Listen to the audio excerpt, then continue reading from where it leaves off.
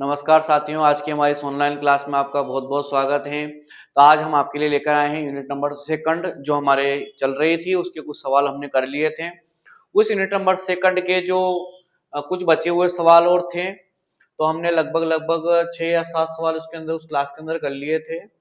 और आज हम आपके लिए लेकर आए हैं कुछ बचे हुए सवाल जो एनसीईआरटी की बुक में हमारे पीछे दे रखे होते हैं। उन सवालों को आज की सीरीज में हम आज की इस क्लास के अंदर हम अटेंड करेंगे। तो इससे पहले सवाल आपने कर लिए होंगे और आज जो सवाल स्टार्ट होने हैं वो भी उन्हीं से रिलेटेड कुछ सवाल हैं। तो हमें फॉर्मूले आपने पढ़ लिए होंगे अच्छी तरीके से। अगर हमें फॉर्मूले अच्छी तरीके से याद है तो हम सवालों को आसानी से हल कर सकेंगे। तो आज की क्लास का हमारा जो सवाल रहेगा पहला वो रहेगा 10वें नंबर का सवाल चल रहा है ये हमारा। और इस सवाल के अंदर क्या दे रखा है सबसे पहले हम उसको देखेंगे। तो देखो क्या दे रखा है हमको सवाल के अंदर। देखो इसके अंदर क्या दे रखा है कि 5 वोल्ट की एक बैटरी जिसका आंतरिक प्रतिरोध नगण्य है। क्या दे रखा है उसने? 5 वोल्ट की एक बैटरी है जिसका आंतरिक प्रतिरोध क्या है? नगण्य है। तो ये मैंने बना दी 5 वोल्ट की एक बैटरी लगा रखी है। वो आंतरिक प्रतिरोध क्या बोला उसने? इसका नगण्य है। और 200 वोल्ट की एक बैटरी और 39 ओम के प्रतिरोध के साथ चित्रांकन के अनुसार क्या कर रखा है? इसको दर्शाया गया है। कितने वोल्ट की? 200 वोल्ट की एक बैटरी है ना, और 3 ओम का क्या कर रखा है? एक प्रतिरोध, सॉरी 39 ओम का एक प्रतिरोध है। उसके साथ में क्या कर रखा है? इसको चित्र के अनुसार दर्शाया गया है। तो उसने बोला कि धारा का मान ज्ञात कीजिए। क्या निकालने को बोला हमको? धारा का मान निकालने को बोला है। तो दिया है हमको, देखो विद्युत वाहक बल दे रखा है, एक तो 5 वोल्ट दे रखा है, एक 200 वोल्ट की बैटरी के साथ जोड़ा गया है। तो कुल विद्युत वाहक बल निकाल लेते पहले। तो कुल विद्युत वाहक बल कितना दे रखा है इसने? एप्सिलॉन बराबर 200 माइनस 5 वोल्ट। तो एप्सिलॉन का मान कितना आ जाएगा? 195 वोल्ट हमारा क्या आ जाएगा? विद्युत वाहक बल आ जाएगा। तो उसने बाह्य प्रतिरोध दे रखा कितना? आर बराबर 39 ओम के साथ जोड़ा गया। आंतरिक प्रतिरोध नगण्य है। उसने बोला धारा का मान ज्ञात कीजिए। तो डायरेक्ट सूत्र लगा देंगे, V बराबर आई ओम के नियम का सूत्र लगा दो। V बराबर आई आर होता है, लेकिन V की जगह हम यहाँ क्या लिखेंगे? एप्सिलॉन लिख देते हैं, क्योंकि हमें उसने क्या बोल रखा है? विद्युत वाहक बल बोल रखा है, इसलिए हम एप्सिलॉन लिख देंगे बराबर आई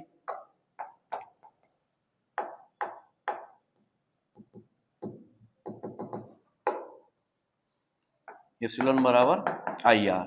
हमें निकालना है आई का मान, तो आई बराबर क्या हो जाएगा? एप्सिलॉन बटे आर हो जाएगा।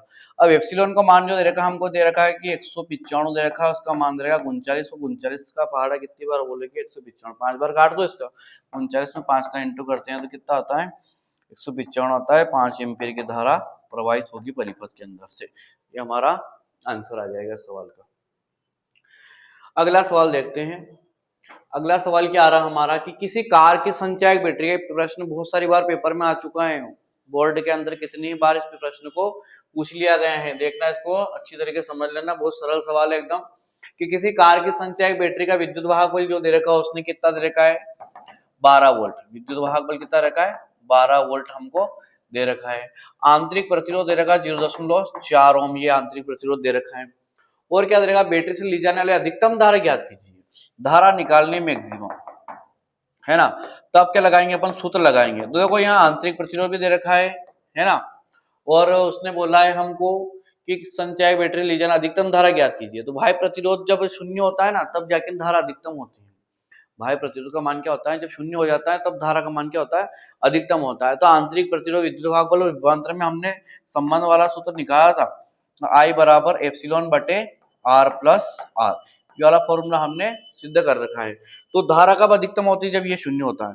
तो यहाँ लिख देंगे अपन, स्पेशल अलग से लिख देंगे। अधिकतम धारा के लिए, अधिकतम धारा कब होगी? तो अधिकतम धारा के लिए क्या होगा कि जब आर बराबर क्या होगा? शून्य होगा।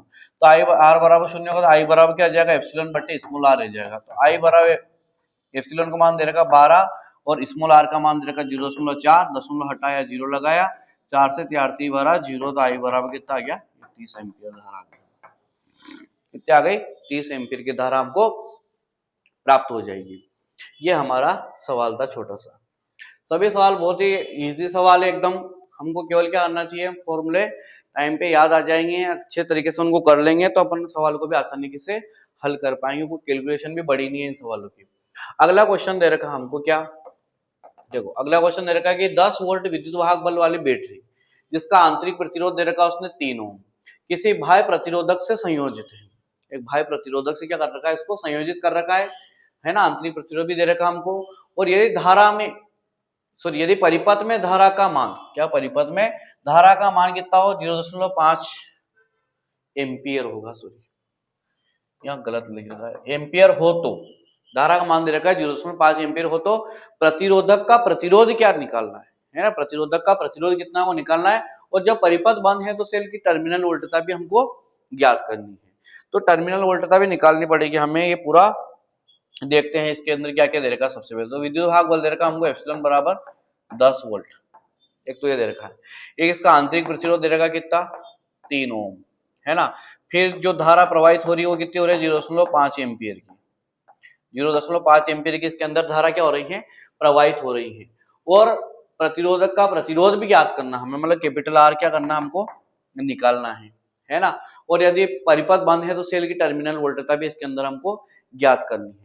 तो देखो पहले क्या करते हैं अपन, इस आर का मान तो निकाल लेते हैं। तो इसका निकालने के लिए अभी जो पहले सूत्र लगाया था हमने वही वाला सूत्र लगा देंगे। यहाँ पे सूत्र लगेगा क्या, आई बराबर एप्सिलॉन बटे में आर प्लस आर। हमें निकालना है इस कैपिटल आर का मान, तो पूरे उठाएंगे यहाँ भेज देते, आई को उठाएंगे यहाँ भेज देते। तो ये आर प्लस आर यहाँ आ जाएगा और ये एप्सिलॉन के बटे में चला जाएगा आई। फिर हम इस आर छोटे आर को भी उठा उधर भेज, एप्सिलॉन बटे आई माइनस क्या हो जाएगा आर। तो आई बराबर क्या हो जाएगा, एप्सिलॉन का मान कितना था अपने पास 10 था, आई का मान कितना था 0.5 था, है ना। माइनस स्मॉल आर का मान कितना था 3 था, ये दशमलव हटाया 0 लग गया, 5 से काट दो 5 दूनी 10 0। तो आर बराबर कितना है 20 माइनस 3 तो कितना आ जाएगा, आर बराबर 17 ओम। ये हमारे उस प्रतिरोधक का प्रतिरोध आ गया कैपिटल आर, कितना आ गया 17 ओम। अब उसने बोला कि यदि सेल क्या हो बंद पर, ये पूजा परिपथ क्या है बंद है, तो सर के लिए टर्मिनल वोल्टता भी हमको ज्ञात करनी है। तो सेल की जो टर्मिनल वोल्टता का जो फॉर्मूला होता है वो देख लेना अपने को। V बराबर हमने सिद्ध कर रखा था, ये जो लिखा था ना इसी को हल करके निकालते हैं। V बराबर एप्सिलॉन माइनस आई आर, है ना। इस सूत्र का प्रयोग करके हम क्या करेंगे, इसकी टर्मिनल वोल्टता भी ज्ञात कर लेंगे। तो V बराबर अगर निकालना है तो एप्सिलॉन का मान अभी दे रखा था हमको 10, माइनस आई का मान दे रखा हमको 0.5, तो इसमें आर का मान दे रखा कितना 3 दे रखा। सबके मान हमको दे रखे हैं, 10 माइनस यहाँ गुणा करेंगे इसका, तो देखो 5 दिया 15, मतलब 1 दशमलव कितना हो जाएगा 5।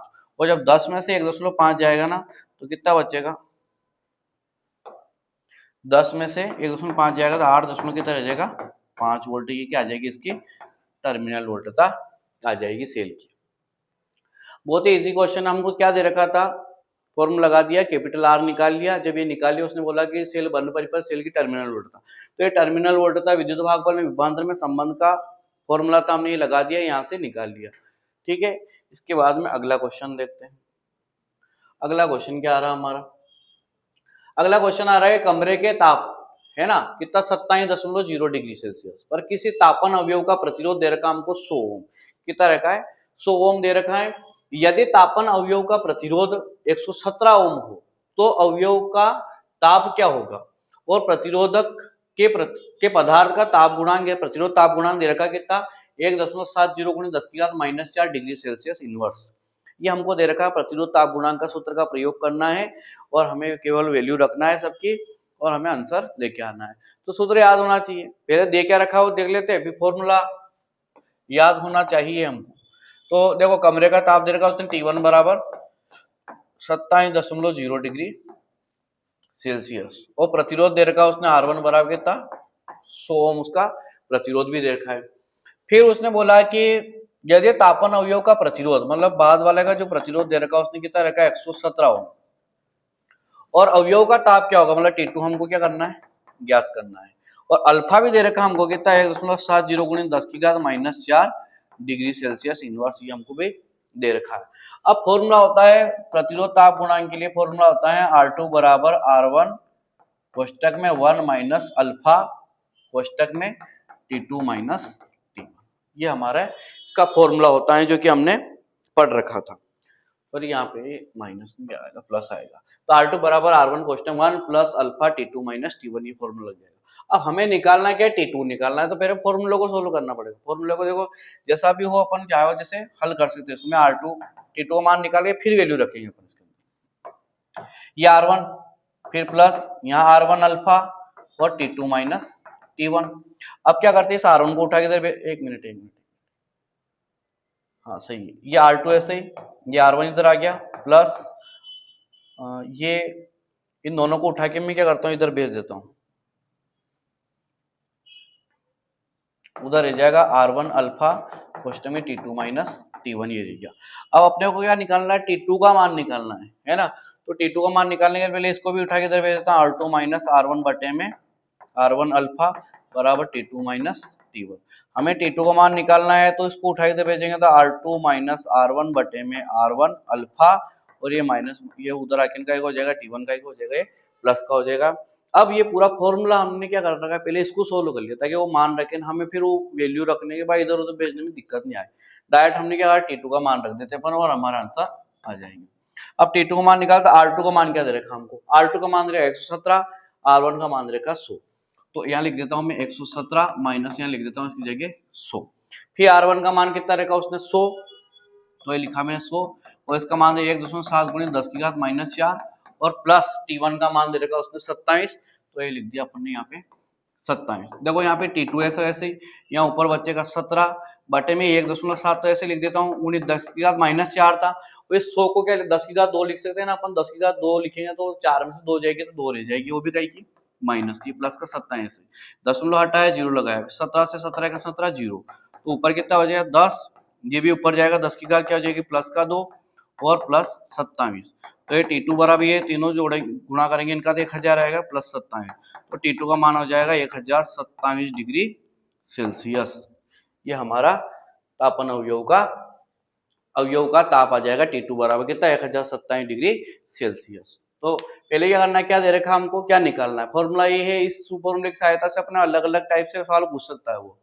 तो जिसकी वैल्यू निकालने बोलो उसको पहले फॉर्मूले को सोल्व कर लेना, उसके बाद में वैल्यू रखना अपने को, ताकि हमारे गलती ना हो। इसके बाद में अगला सवाल है हमारा कि 15 मीटर लंबे एवं 6.0 गुणित 10 की घात माइनस 7 मीटर वर्ग अनुप्रस्थ काट वाले तार से उपेक्षणीय धारा प्रवाहित की गई है, इसका प्रतिरोध 5.0 ओम मापा गया है। तो प्रायोगिक ताप पर तार की प्रतिरोधकता ज्ञात करनी, विशिष्ट प्रतिरोध मतलब प्रतिरोधकता निकालनी है हमको। तो लंबाई दे रखी है इसने 15 मीटर, क्षेत्रफल दे रखा है इसने 6.0 गुणित 10 की घात माइनस 7 मीटर वर्ग, और भाई प्रतिरोध भी दे रखा है उसने कितना 5.0 ओम, है ना। और हमें निकालना है विशिष्ट प्रतिरोध, तो बिल्कुल इजी सवाल है एकदम, है ना। विशिष्ट प्रतिरोध का फॉर्मूला होता है आर बराबर रो एल बटे, ये हमें रो निकालना है। तो रो अगर निकालेंगे तो ये दोनों को इधर भेज देंगे तो आर ये ए ऊपर चला जाएगा और एल कहाँ आ जाएगा, नीचे आ जाएगा। अब आर का मान कितना जाएगा 5, तो मैंने लिखा 5, दशमलव जीरो का मतलब नहीं है, यहाँ भी ऐसे ही 6 गुणित 10 की घात में लिख देता हूँ उसको माइनस का 7, और बटे में एल का मान दे रखा उसने 15, 5 से काटे 5 से 15, 3 से काटे 3 दूना 6, तो कितना आ गया 2 गुणित 10 की घात माइनस 7, ये ओम मीटर। ये हमारे विशिष्ट प्रतिरोध के वैल्यू आ जाती हैं। बिल्कुल इजी सवाल था एकदम, ऐसे सवाल 2 नंबर में पूछ सकते हैं, बड़े नंबर में नहीं पूछेगा वो। अगला सवाल देखते हैं। अगला सवाल दे रखा है इसने, सिल्वर के किसी तार का 27.5 डिग्री सेल्सियस पर प्रतिरोध कितना रखा है 2.1 ओम दे रखा, फिर 100 डिग्री सेल्सियस पर प्रतिरोध फिर दे रखा उसने 2.7 ओम। सिल्वर की प्रतिरोधकता ताप गुणांक ज्ञात करना, मतलब हमको अल्फा निकालना, आपकी बार क्या निकालना है, अल्फा निकालना है, उसी फॉर्मूले का यूज करना, लेकिन हमको यहाँ सब चीजें दे रखी है। देखो तार का ताप दे रखा उसने पहले T1 बराबर 27.5 डिग्री सेल्सियस, है ना। फिर उसका प्रतिरोध दे रखा R1 बराबर कितना 100 डिग्री सेल्सियस, फिर सॉरी प्रतिरोध कहां से दे रखा है, प्रतिरोध कितना दे रखा है उसने 2.1 ओम, फिर दे रखा उसने उसका ताप, है ना 100 डिग्री पे प्रतिरोध कितना रहेगा, 100 डिग्री अगर तापमान कर देते हैं इसका तो प्रतिरोध कितना हो जाता है इसका R2 बराबर 2.7 ओम हो जाता है। तो उसने बोला विशिष्ट मतलब उसका प्रतिरोध ताप गुणांक अल्फा ज्ञात कीजिए, तो ये हम अल्फा निकालेंगे। तो फिर वापस से वही फॉर्मूला क्या होता है, प्रतिरोध ताप गुणांक के लिए अपन ने फॉर्मूला लगाया था R2 बराबर R1, है ना, कोष्टक में 1 प्लस अल्फा, कोष्टक में T2 माइनस T1, है ना। ये फॉर्मूला हमने लगाया था, इससे अब अपने को अल्फा का मान निकालना, वही पहले वाली स्थिति करते हैं अपन, अल्फा का मान निकाल लेते हैं इससे। तो अल्फा मान निकालने के लिए इसका गुणा अंदर कर देते हैं, तो R2 बराबर ये R1 plus R1 alpha T2 minus T1। हमें अल्फा निकालना है ना, पहले इस R1 को इधर भेज देते हैं, तो R2 माइनस हो जाएगा R1 बराबर ये R1 alpha T2 minus T1। हमें अल्फा मान निकाल, तो अल्फा को वहीं रख देते हैं, बाकी सबको उठाए इधर भेजेंगे, बटे में मिल जाएगा। तो ये R2 माइनस R1 बटे में R1 और कोष्टक में T2 माइनस T1, ये हमारा फॉर्मूला बन गया। अब डायरेक्ट मान रख देते हैं अपन। अब R2 का मान जो दे रखा हमको कितना रहेगा 2.7, फिर R1 का मान दे रखा 2.1, फिर R1 का नीचे मान रख देते वही 2.1 और T2 का मान दे रखा हमको कितना 100 और T1 का 27.5। ये हमको सबके मान दे रखे थे, हम सब मान अंदर रख दिए हैं, बस सोल्व करना है इसको। तो आप देखो यहाँ पे 2.7 में 2.1 करेंगे 0.6 बचेंगे, कितने बचेंगे यहाँ पे 0.6 बच जाएंगे, और बटे में जो है ये 2.1 ऐसे रख देता हूं मैं, है ना, गुणित यहाँ पे कितने में देखो 100 में से कितने 27.5 गए, तो यहाँ बचेंगे लगभग 72.5 में अपन क्या करते 27.5 जोड़ेंगे तो 73 हो जाएंगे, 27 जोड़ेंगे 100 हो जाएंगे, तो ये यहाँ पे बचेंगे। अब क्या करते हैं 0.5 एक अंक के तो हटा दिया 0.0, फिर ये 0 हटाया तो एक शून्य लग गए, तो ऊपर हो गए 60 और बटे में कितने होगा, अपन इसको काट देते 3 दूना 6 और 0 और 3 से 3 7 21, है ना। यानी यहाँ पे थोड़ा सरल करके ना भाग लगाना पड़ेगा, यहाँ पे बड़ी संख्या का भाग लगेगा थोड़ा सा। तो क्या बचा ऊपर देखो 20 बचा है, और बटे में कितना बचा है, अब बटे में जो बचा है इन दोनों का क्या कर लेते हैं अपन गुणा कर लेते 7 अपन जो 35 का 5 लगाते हैं, 7 दून 14 ने 3 17 7 लगाए 7 7 49 ने 50, ये हमारे हो गए क्या। अब अपन क्या करते हैं एक बार कट जाए 5 से काट दें इसको, मेरे को लग रहा है जहां तक 5 से कट जाए 5 5 0, हाँ 5 चौक 20 5 एकम 5 0 5 एकम 5 5 5 25 कितने 4 बटे 1015। अब 4 में 1000 का भाग लगा के देख लो कहीं पे भी।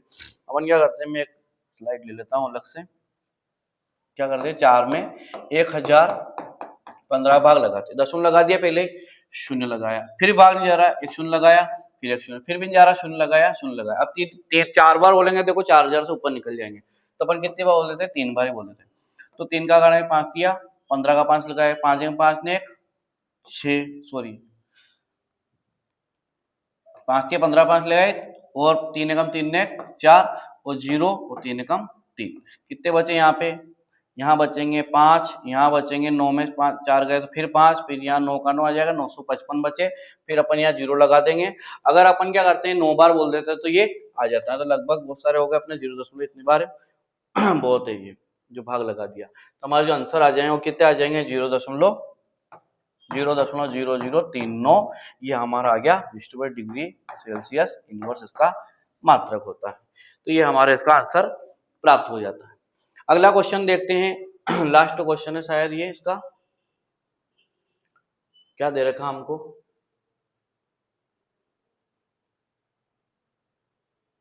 किसी का कर लिया हमने ये सवाल पहले हो चुका है, तो ये आज का हमारी क्लास का आखिरी सवाल था। इसके बाद में हमने इतने सवाल जो करे हैं इन सवालों को आपने अच्छी तरीके से कर लिया होगा, और उस यूनिट नंबर जो सेकंड थी उस यूनिट नंबर सेकंड के जितने भी सवाल थे हमने सारे इन दोनों क्लासों के अंदर हमने पूरे कर लिए हैं। तो आज की क्लास में बस इतना ही, धन्यवाद, फिर हम अगली क्लास लेकर आते हैं, तब तक के लिए थैंक यू।